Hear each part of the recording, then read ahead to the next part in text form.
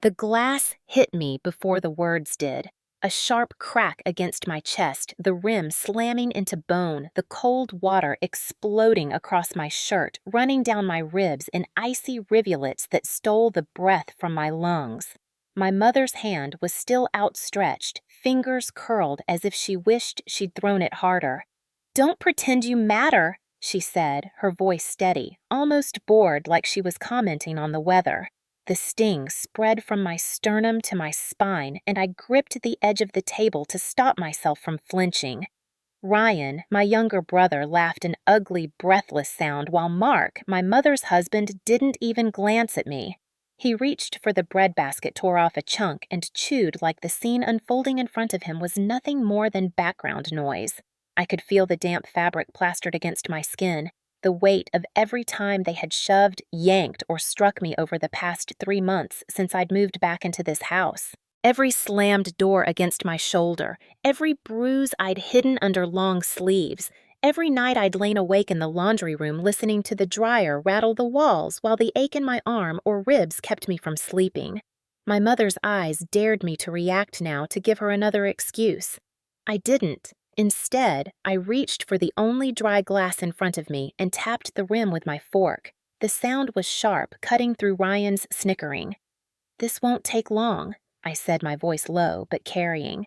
"Just 3 sentences." I set the fork down carefully, lining it against the plate, my fingers steady despite the adrenaline pounding in my veins. Under the table, my legs were braced like I was holding my ground in a storm. In truth, I was. I had been waiting for this moment every day and every night, storing each injury, each insult until I had everything I needed. They thought they could keep me small with bruises and broken skin. They were wrong. In less than a minute, they were going to find out exactly how wrong. The smell of overcooked roast still clung to the air as I sat there dripping the cold pressing into my ribs, but I kept my eyes level. This house had always been a minefield, but moving back in 3 months ago turned it into a daily battleground. I told them I couldn't afford my apartment anymore, that I'd lost my job and needed a place to stay, and my mother pretended to think it over before agreeing with conditions. "Rent, chores, no attitude," she'd said, leaning in like she was making a business deal. Ryan didn't pay rent. Ryan didn't do chores. Ryan spent his days sprawled on the couch, scrolling his phone and leaving his dishes for me to scrape clean, but somehow I was the one in debt. She didn't give me the guest room, didn't even offer my old bedroom. I got the laundry room a cramped rectangle with a dryer that rattled against the wall like it was possessed. At night, the noise made it impossible to sleep, but that didn't matter to her. She'd slam the door if she passed by and saw me with the light on.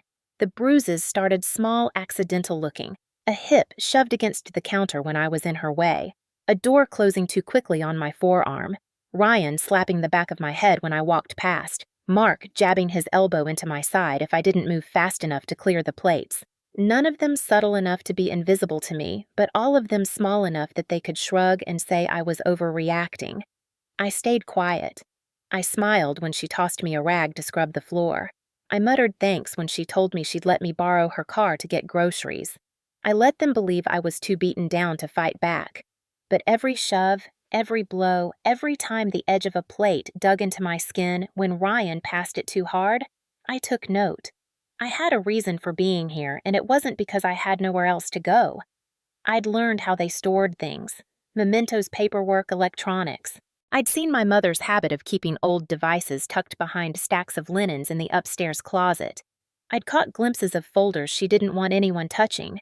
If she thought bruises and cramped quarters would break me, she didn't know me at all. I walked on eggshells in this house, but not because I was afraid, because I needed to keep my balance until the exact right moment. Tonight was getting close. I'd planned for something quiet, controlled, but after she threw that glass, I could feel the clock speed up. I looked at her across the table, at the smirk fading just enough for me to see the faintest flicker of unease. She didn't know, yet couldn't imagine what I had lined up, but I did. And the fact that she was still holding onto her fork like she might throw that next told me she had no idea that the next hit wasn't going to land on me. It was going to land on her. I was 8 the first time she hit me hard enough to leave a mark I couldn't hide. We were in the kitchen, the late afternoon sun spilling across the counter where I stood pouring juice into a glass. My hands weren't steady, and the carton slipped, sending a stream of sticky orange liquid across the tiles. She was on me in 2 strides, her hand gripping my upper arm so tight I felt her nails through my skin, then the sharp snap of her palm across my cheek. The sting bloomed instantly hot and humiliating, and she shoved me back into the pantry, slamming the door. I sat there in the dark, holding my face, listening to her clean up while muttering about how careless I was. It wasn't a one-off. By the time I was 10, I'd learned to anticipate the grab of her fingers around my wrist if I spoke out of turn, the heel of her hand pressing into my shoulder to shove me down the hall if she didn't like the look on my face. Ryan never got that treatment. If he spilled something, she'd laugh, ruffle his hair, tell him to be more careful next time. I still remember one summer afternoon when he threw a baseball at me in the yard, the force snapping my head back so fast my vision went white. She was sitting on the porch swing watching, and when I stumbled toward her, she said, "That's what you get for not catching it," then told Ryan he had a good arm. My father was the only one who ever intervened. He wasn't a loud man. He didn't shout or throw things, but if he saw her raise a hand to me, he'd step between us, his voice low and firm. Sometimes he'd take me out for a drive afterward, stopping for ice cream and letting me talk about school or books. He made me grilled cheese sandwiches with the crusts cut off, taught me how to change the oil in the car, remembered my favorite songs. Those moments made it almost bearable until they ended. I was 12 when she called me into the living room one evening. The TV was off, the blinds drawn, and she sat there scrolling on her phone. She told me she had something I needed to see, her tone dripping with false concern. She turned the screen toward me, and there it was, a message that read, "If you take her, I'll kill you both." She said it was from my father, that she'd always known something was off about him, that this proved she needed to protect me. I didn't understand. My father had never even raised his voice in a way that felt threatening. He apologized if he brushed against me too roughly in a crowded doorway. He cried when we watched sad movies. I stared at the message, my mind trying to reconcile the man I knew with the words on that screen. Then, she pushed me not hard enough to knock me over, but enough to make me stumble as if to punctuate the point. After that, the rules changed. No more calls to Dad, no visits, no chance to ask him if it was true. He disappeared from my life overnight, replaced by Mark, who moved in within months. Mark didn't hit me often, but when he did, it was calculated. A jab to the ribs if I walked between him and the TV. A slap to the back of my head if I didn't bring him a drink fast enough. Ryan learned from both of them, testing his strength on me when we were alone, an elbow to my shoulder, a shove into the doorframe. They told me to toughen up, that this was family. I started to believe maybe I really was too soft, too slow, too deserving of the hits. But a part of me always remembered my father's face, the way he looked when he listened to me, the way his hands were steady and gentle. That part stayed buried for years until the cracks in their story started to show. It took growing older and being on my own for a while to realize that the violence in this house wasn't discipline and it wasn't love. It was control, pure and simple. And control only works if you stay quiet. It had been years since I'd thought about that message without feeling sick. Years since I'd let myself imagine what my father might say if I could just ask him, but the older I got, the more the pieces refused to fit. He wasn't the kind of man who made threats, let alone put them in writing, and the memory of that night kept coming back sharper, like the edges had been dulled in my mind before. But now, the grain was in focus. The way she had been so quick to pull up the screen, the way the message was in a simple text bubble with no timestamp, the way she angled the phone so I couldn't see the sender's full number. It was all wrong. The doubt had been a slow drip, but it turned into a flood one afternoon when I was cleaning out a storage bin in my apartment. I found an old photo of me and Dad at the park, taken a few months before everything fell apart. We were sitting on a bench, my head resting against his shoulder, both of us laughing at something off camera. His hand was on my back, steady and warm, even in a still image. I stared at that photo for a long time, my throat tight, and for the first time in years, the fear was replaced by something else. Anger. Anger that I had been forced to cut him off without a choice, that I had been trapped in a house where every bruise was called an accident, where every push and shove was justified as discipline. The tipping point came not from the past, but from something that happened the week before I moved back in. I had run into an old neighbor in the grocery store, someone who had known my family when I was a kid. She asked about Dad if I still saw him, and when I told her no, she frowned. "That's a shame," she said. "He used to come by our porch just to ask if you were doing okay. Said he missed you something fierce." It didn't sound like the man who would send a death threat. It sounded like the man I remembered. I left the store with the photo in my mind and the neighbor's words ringing in my ears. By the time I got home, the decision was already forming. If I was ever going to know the truth, I had to go back to the source. But I couldn't just ask. Not with the way they guarded everything in that house. Not with the way they kept their grip tight on every piece of paper, every device, every scrap of evidence that might prove me wrong or prove me right. I would have to be inside close enough to watch, close enough to dig without them knowing. I would have to put myself back in the line of fire, and for the first time in a long time, I felt ready to take the hit if it meant I could finally land one of my own. When I called her and said I'd lost my job, I kept my voice low and shaky, adding a little pause before I asked if I could come back for a while. She didn't say yes immediately, not because she was thinking it over, but because she wanted me to feel the weight of her control. Finally, she sighed and told me I could have the laundry room like she was doing me a favor. I thanked her, hung up, and sat there staring at the phone, my heart pounding not from fear, but from the rush of knowing I'd just set the first piece in place. Moving back in was like stepping into a live trap you'd studied for years. You know where the jaws are, you know how they snap, and you know you have to act like you don't see them. The first night, Mark brushed past me in the hallway, his shoulder ramming into mine hard enough to make me stumble into the wall. I muttered an apology and kept moving. Ryan walked into the laundry room without knocking 2 days later, tossing his empty soda can into the trash and giving me a shove with his knee as he left. I didn't rise to it. I took note. I memorized the times they were out of the house, the sounds of their footsteps on the stairs, the way my mother locked her bedroom door only when she left for more than a few hours. I learned that she kept a spare key in the hollow of an old perfume bottle on her dresser. I learned that Mark left his laptop bag in the front hall closet, but kept the zipper locked with a cheap combination I could see from the worn edges on the numbers.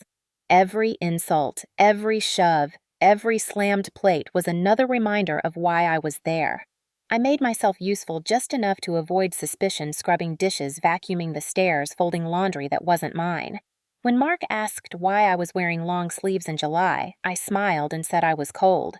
The truth was, the bruises on my arms hadn't faded yet, and I wasn't giving them the satisfaction of seeing their work. At night, I lay awake listening to the dryer drum spin behind the thin wall going over my plan. I needed evidence not just of the financial theft I suspected, but of the years of abuse, the truth behind the message that had severed me from my father. I needed something they couldn't explain away or twist against me. That meant finding the devices they thought were gone, the files they thought were buried. It meant waiting for the perfect opening when the house was empty or their guard was down and taking it without hesitation. Every day was a balancing act. Stay invisible enough to be underestimated but present enough to move through the house without raising alarms. My mother thought she'd confined me to a corner, but I was mapping the whole battlefield, and the more I saw, the more certain I became that they had no idea what was coming. It happened on a Tuesday afternoon when the house was unusually quiet. Mark out at some supposed client lunch and my mother running errands with Ryan in tow. I had been pretending to reorganize the linen closet for weeks, slipping in and out whenever I could, always careful to leave everything exactly as I found it. This time my fingers closed around the smooth plastic of an old laptop wedged behind a stack of faded towels. My pulse kicked up.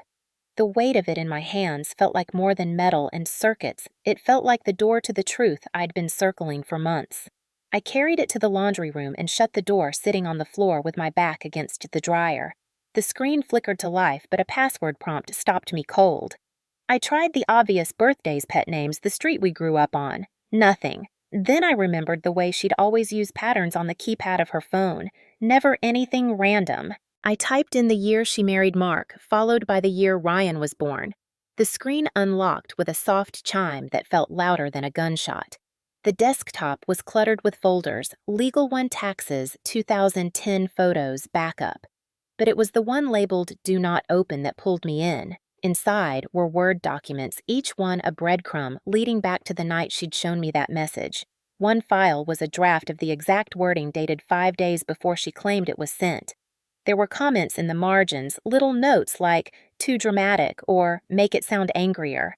I scrolled faster, my stomach turning, and found email exchanges between her and Mark from before he even lived with us discussing how to make my father look unstable, how to protect the money from any claim. Another folder held scanned bank statements showing transfers from joint accounts into shell companies with Mark's name on them. My hands were sweating as I clicked through, but I kept going. I opened a folder called Medical and felt my chest tighten.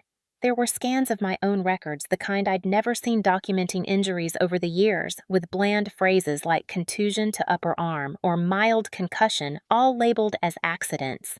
I recognized dates when I'd been shoved into a wall or hit across the back of the head, and I saw the careful signatures of the same urgent care doctor each time, probably fed whatever story my mother told him. I took out my phone, photographing each screen, each file, methodically scrolling, snapping, and saving. When I'd finished, I removed the laptop's hard drive, slipped it into a pillowcase, and stashed it at the bottom of my duffel bag under a layer of laundry. I put the laptop back exactly where I'd found it, the towels folded just so. 2 hours later, Mark came home and saw me folding socks in the living room. He dropped his keys into the bowl by the door, his eyes sweeping over me like he was trying to find something out of place. He didn't notice the slight stiffness in my wrist from earlier when I'd twisted it, forcing the closet door shut before anyone came home. I smiled at him, held up a pair of matched socks, and asked if he needed dinner soon. Inside, I was already replaying the files in my mind, the proof I'd been chasing finally solid in my hands. They thought bruises faded and memories blurred. They thought control was forever. They had no idea I'd just taken the first step toward dismantling everything they'd built on lies. That night, I lay in the laundry room with the hum of the dryer filling the silence, and went over every move in my head. I had more than enough to go to the police immediately, but I didn't want them to hear about it from anyone but me, and I wanted them to hear it in a way they'd never forget. I spent the next morning printing the most damning documents, every fake message draft, every bank transfer, every medical record with dates that matched the bruises I'd hidden. I put them in a simple black folder, no labels, nothing flashy, just weight in paper form that would hit harder than any punch they'd ever thrown. Then I sent the originals to my father's attorney by courier, making sure they were out of my hands and in safe keeping before I made my move. I rehearsed what I would say, trimming it down to 3 sentences because anything more would give them room to interrupt, to twist my words, to turn it back on me. I didn't need to explain. I didn't need to justify. I just needed to deliver the truth in its purest form and let the paper do the rest. In the days leading up to it, I kept my head down even when my mother clipped my shoulder with hers in the hallway, or when Mark pressed his knuckles into my upper arm as he squeezed past me in the kitchen. I let Ryan's elbow connect with my ribs when he reached for the salt, biting back the sound it almost pulled from my throat. Each hit now was just noise compared to what I was about to do. I timed it for a Sunday dinner when all 3 of them would be at the table relaxed, expecting me to stay in my place. I pictured the moment I would slide the folder across the linen tablecloth, the way their faces would change as they realized what I'd brought them. I could almost hear the pause in the room, the collective breath before the fallout. My mother had always thought of me as something she could mold with her hands, a shape she could slam into walls until it fit her idea of who I should be. She never imagined those same hands would one day hold the pieces of her undoing. Sunday came dressed like a celebration and felt like a trap. The table was set with the good plates, the roast glistening, the candles lit even though it was still bright outside, and I walked in carrying a plain black folder held flat against my palm so it would not curl or look too heavy. I sat at my usual spot and waited for the rhythm of silverware and small talk to settle into the room. My mother watched me like a cat tracks a bird. Mark poured himself wine without offering me any. Ryan drummed his fingers against the table until she told him to stop, and he kicked my shin under the cloth like we were children and not the people they had made us. I let the first 10 minutes pass in silence, tasting the dry meat, feeling the cold patchwork of healed and half-healed bruises under my sleeves, counting the beats between their breaths. Then my mother reached for the gravy boat, lifted it high, and with a small turn of her wrist sent a ribbon of hot sauce across my right hand and forearm. It burned enough to make my eyes blur, and she smiled as if she had finally coaxed the reaction she wanted. I placed my napkin over the sting and let the heat fade into a measured throb. I picked up my glass and tapped the rim with my fork once. The sound cut the room in half. "This will not take long," I said. 3 sentences. Mark chuckled and said, "Make it quick, then." Ryan snorted. My mother leaned back like a queen granting permission. I slid the folder across the linen toward her. The corner nudged her plate, and she caught it with 2 fingers as if it might be dirty. She opened the cover, and the first page stared back at her with a neat header and a date that did not fit her story. "Sentence 1, I said, and I kept my voice low so they would have to lean in to hear me. The originals are already secured with counsel and time-stamped by a third party, so nothing you destroy here will help you." Mark's chewing stopped. He swallowed without water, and color climbed his neck. Ryan set down his fork. My mother turned to the first page and found the draft of the message, the notes in the margin, the line that said, "Make it sound angrier." She blinked once, then twice, as if her eyes had betrayed her. She reached for the second page, and her hand shook. The bank statements showed transfers from joint accounts into hollow companies that only existed on paper. The shells were all tied to Mark. Dates marched down the columns like soldiers, and the totals made the room feel heavier. "Sentence 2, I said. Every transfer and every file has a corresponding certified copy and a chain of custody that leads away from this house. The trail is clean and complete." My mother's mouth opened then closed. Mark reached across the table with a fast, clumsy swipe to grab the folder and missed. His knuckles clipped my wrist. I did not move. She flipped to the medical scans, and I watched the moment recognition hit her. Contusion to upper arm. Mild concussion. The dates matched seasons and holidays, and the memory of cold tiles against my back. She looked up at me, and I held her gaze without blinking. Mark lunged again, got his fingers on the edge of the stack, and I let him take it. He rifled pages, landing on emails where he and my mother planned to poison the court with a fake narrative about my father. He slung the pages down, and the paper fanned across the table like a white flag that refused to stay folded. Ryan said, "What is this?" and his voice sounded small. He reached for a sheet and read his own name in a note about keeping him out of formal documents to avoid liability. He looked from Mark to my mother as if he had just realized he was never more than a useful shadow.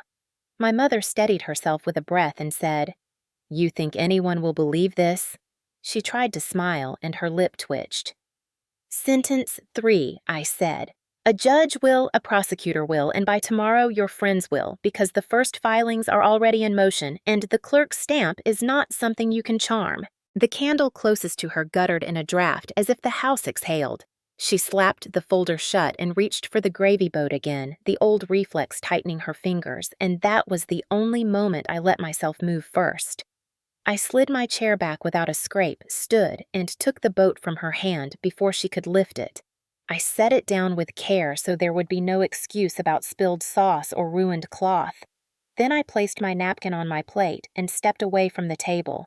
Mark pushed his chair back so hard it skidded. He reached for my upper arm and squeezed. The grip was meant to stop me. I looked at his hand until he let go. The quiet between us felt like a verdict.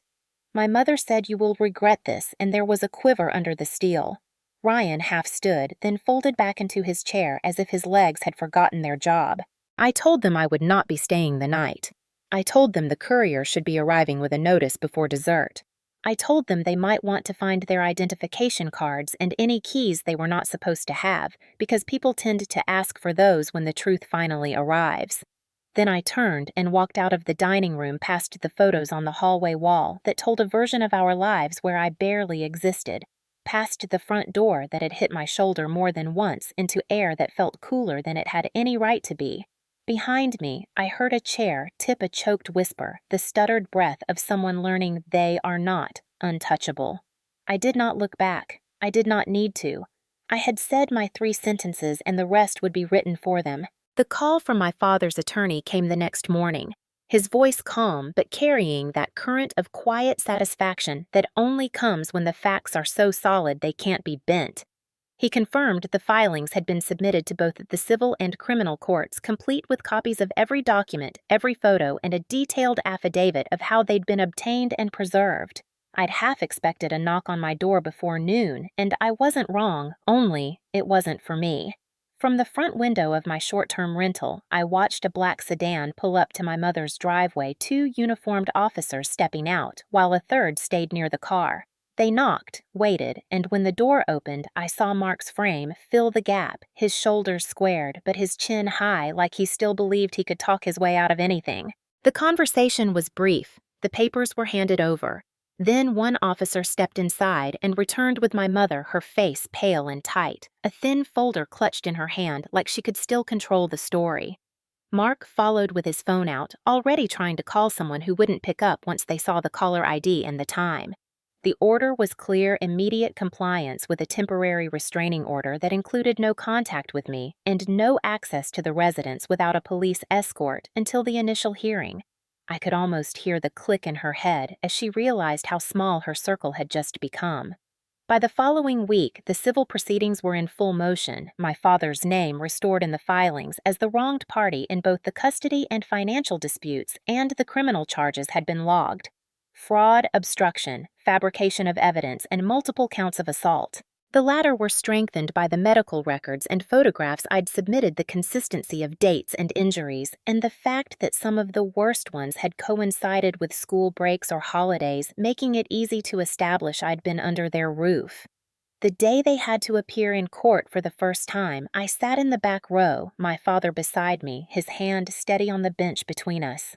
My mother entered first, her eyes scanning the room until they landed on me, then flicked away like she'd burned herself. Mark trailed behind his suit, a size too big. His tie crooked his gaze, darting from the judge to the clerk to the table where the prosecutor sat. The evidence was laid out in neat stacks, each exhibit labeled and cross-referenced. When the draft of the fake message was projected onto the screen, there was no noise in the room except the hum of the ventilation. The judge leaned forward, adjusted his glasses, and asked my mother to confirm if it was her handwriting in the margin comments. She said she didn't recall. The prosecutor asked if she had owned the laptop in question. She said yes. The sequence of questions and answers boxed her in until even the people who might have believed her before were shifting uncomfortably in their seats. When the bank transfers were shown, Mark tried to speak over the prosecutor, claiming he'd simply followed her instructions, that he hadn't understood what the accounts were for, but his own emails told a different story, outlining how to stagger deposits to avoid detection. The judge noted aloud that both defendants had acted in concert and with premeditation language that made my chest feel lighter. In the civil case, the ruling was swift full restitution of the stolen funds, plus penalties and interest, the seizure of assets including the house vehicles and investment accounts. In the criminal arena, bail was set high enough that posting it meant liquidating what little they could access without triggering another seizure. My mother tried to make eye contact with me as she was led out that day, her wrists encircled by the dull metal of handcuffs, but I kept my gaze on the seal above the bench. The prosecutor leaned in later and told me the strength of the case meant they'd likely take a plea rather than risk a trial. It wasn't about vengeance, he said it was about accountability. And in that moment, I understood the difference. Weeks passed with a rhythm I hadn't known I craved. No unexpected knocks, no footsteps in the hallway, no sting on my skin from a passing accident. I read every court update with the same calm I'd used to tap that glass in the dining room each notice, another weight lifted from my shoulders. The final orders came down in writing, property sold proceeds divided between my father and me. Prohibitions on contact extended for years, and a formal acknowledgement in the record that the message used to sever my relationship with my father had been fabricated. It was there in black and white, permanent, something no one could twist or erase. When I walked out of the courthouse that last day, the sun was warm on my face, and for the first time in years, the warmth didn't feel like a spotlight. It felt like mine. I should have known she wouldn't let the gavel be the last sound between us. 2 weeks after the final orders on a gray Thursday afternoon, I was leaving the grocery store when I saw her leaning against a car in the far corner of the lot. She was thinner, her hair pulled back into a severe knot, wearing the same coat I'd seen her in during court, but her eyes hadn't changed. They locked onto me the moment I stepped onto the asphalt. I tightened my grip on the bag in my hand and kept walking, aiming for my car without breaking stride. She pushed off from the fender and closed the distance fast, her heels clicking against the pavement. "You think you've won," she hissed, and before I could step back, her hand shot out and clamped down on my shoulder. The pressure was immediate, sharp, the kind meant to pin you in place to remind you that no matter the paperwork, she still knew how to make you feel small. Only this time I wasn't small, and I wasn't alone.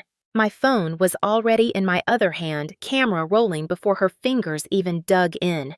I told her to remove her hand. She didn't. A flash of triumph crossed her face, the old satisfaction of knowing she'd drawn a reaction. But the reaction wasn't fear. It was the arrival of a security guard jogging up from the store entrance, his radio already crackling. He told her to step back, and when she did, I saw her eyes dart to the phone, still recording. She spat something I couldn't make out and walked away, quickly disappearing between two parked cars. I sent the footage to my attorney before I even turned my engine over. By the next morning, a copy was in the hands of the prosecutor who had handled her case. Violating a protective order was more than a lapse in judgment. It was a crime with immediate consequences. The warrant came through the same day, and this time there was no bail to post. She spent the next 60 days in county lockup, a stretch long enough that even Ryan, who had clung to her shadow for years, stopped visiting after the second week. I didn't go to see her. I didn't answer the collect call requests. The violation went into the record, another brick in the wall between us, not built out of fear, but out of the kind of distance that protects more than it separates. She had made her last move, and instead of undoing me, it had tightened the legal knot around her own wrists.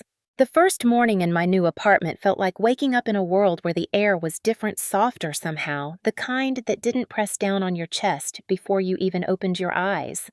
Sunlight spilled through the wide kitchen window, glinting off the rim of the coffee mug my father had given me when I signed the lease. It was simple, heavy ceramic, the kind you could wrap both hands around, and it made the coffee taste warmer, richer. There were no footsteps in the hall, no sudden door slams, no muttered complaints drifting from another room. The walls here didn't carry echoes of arguments or the sharp crack of something hitting flesh. They were quiet in a way that felt alive, like the absence of noise was its own kind of music. My father came by that afternoon with a grocery bag full of vegetables from the farmer's market and a small potted plant for the windowsill. He walked in without scanning the room like he used to, without that tension in his shoulders, and when he set the bag down, he looked around like he was cataloging every sign that I was safe. We sat at the little table by the window, eating sandwiches we made together, and talked about nothing urgent books, the way the trees were starting to turn early this year, a recipe he wanted to try. It wasn't until the conversation lulled that I realized my body wasn't braced for interruption. For the first time in years, I didn't feel like someone could walk in at any moment and change the temperature of the room. After he left, I wandered through each room, slowly touching the smooth frame of the bedroom door, running my hand over the back of the couch, pressing my palm against the cool glass of the window. Every inch of the place felt earned. At night, I cooked dinner without watching the clock. Let the sound of rain on the roof be the only thing filling the silence. When I turned off the lights and lay down, I didn't replay the day for signs of danger or missteps. I just closed my eyes and slept, not the fitful kind that comes in snatches, but the kind that holds you all the way until morning. I knew the past wasn't erased. The scars, seen and unseen, weren't going anywhere. But in this space with its quiet corners and steady light, they didn't feel like the first thing people would see. They were just part of the story, no longer the headline. And in that stillness, I understood that peace wasn't about forgetting what had happened. It was about building something that couldn't be taken apart by the people who had tried to break me. Some nights, I still catch myself wondering if I should have just walked away quietly, taken whatever life I could build, and left the rest buried where they put it. But then I remember the years I spent keeping my head down, thinking survival meant silence, and how every bruise, every shove, every hot sting on my skin was a lesson they thought would keep me obedient. I remember the look on my mother's face when she saw the first page in that folder, the moment she realized the grip she'd had for so long had finally slipped. And I remember the way my father's voice sounded when he thanked me without a speech, just the weight of the words in the air between us. I didn't do this to win. I did it so the truth would exist somewhere other than my memory, so it would live in a place they couldn't erase or rewrite. They used to say I didn't matter, that my place was wherever they decided to put me, and for a long time I believed them. But the thing about people you try to keep small is that they learn to move in ways you can't track. They learn to store every detail, every pattern, and when they finally stand up, they don't scream, they bring proof. I brought mine, and it changed everything. So maybe the better question isn't whether I went too far, but whether there was ever any other choice. If it were you sitting at that table, the folder under your hand, and every truth you'd carried in your chest laid out in black and white, would you have stayed silent? Or would you have slid it across and watched the world you knew catch fire?